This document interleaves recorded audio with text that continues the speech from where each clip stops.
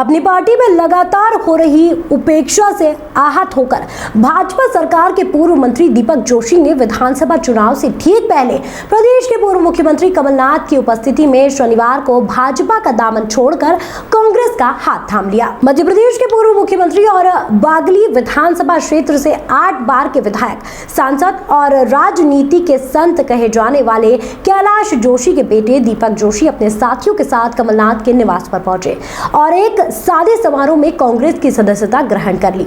इस दौरान दीपक जोशी के हाथों में उनके पिता कैलाश जोशी की तस्वीर थी। जोशी के इस कदम को मध्य प्रदेश भाजपा के लिए एक बड़ा झटके के रूप में देखा जा रहा है। दर्शकों को बता दें कि कांग्रेस की सदस्यता लेने से पहले दीपक जोशी ने एक पत्रकार वार्ता आयोजित की, जिसमें बीजेपी छोड़ कांग्रेस में जाने का दुख उनके चेहरे पर साफ नजर आ रहा था। पत्रकारों से चर्चा के दौरान उनकी आंखों में आंसू आ गए थे। जोशी ने पत्रकारों के सामने अपनी पीड़ा व्यक्त करते हुए कहा कि उनके पिताजी भोपाल से सांसद रहे, परंतु एक भी स्थान का नामांकन भी उनके नाम पर नहीं हुआ है। वहीं कमलनाथ ने सिर्फ 3 मिनट में ही उनके पिताजी के स्मारक के लिए जमीन दे दी थी।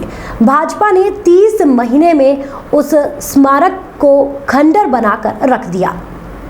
उन्होंने शिवराज सरकार को कटघरे में खड़ा करते हुए आरोप लगाया कि बागली विधानसभा में 19 करोड़ से ज्यादा का भ्रष्टाचार हुआ, जिसे लेकर उनके द्वारा लगातार आवाज उठाई गई, मगर किसी ने ध्यान नहीं दिया। उन्होंने कहा कि वह बीजेपी सरकार के कार्यक्रम में शामिल होने के लिए जब भी जाते थे, उन्हें सम्मान की कमी महसूस होती थी। यही वजह है कि वे कांग्रेस के साथ जा रहे हैं।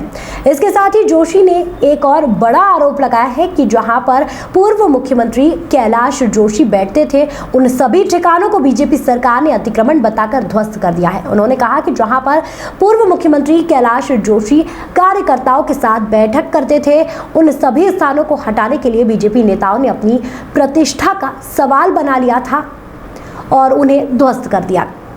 आपको बता दें कि ज्योतिरादित्य सिंधिया समर्थक मनोज चौधरी के बीजेपी में आने के बाद से ही दीपक जोशी की पार्टी में उपेक्षा होने लगी थी।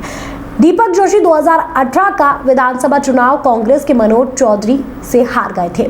बाद में ज्योतिरादित्य सिंधिया के साथ चौधरी ने बीजेपी का दामन थामा था।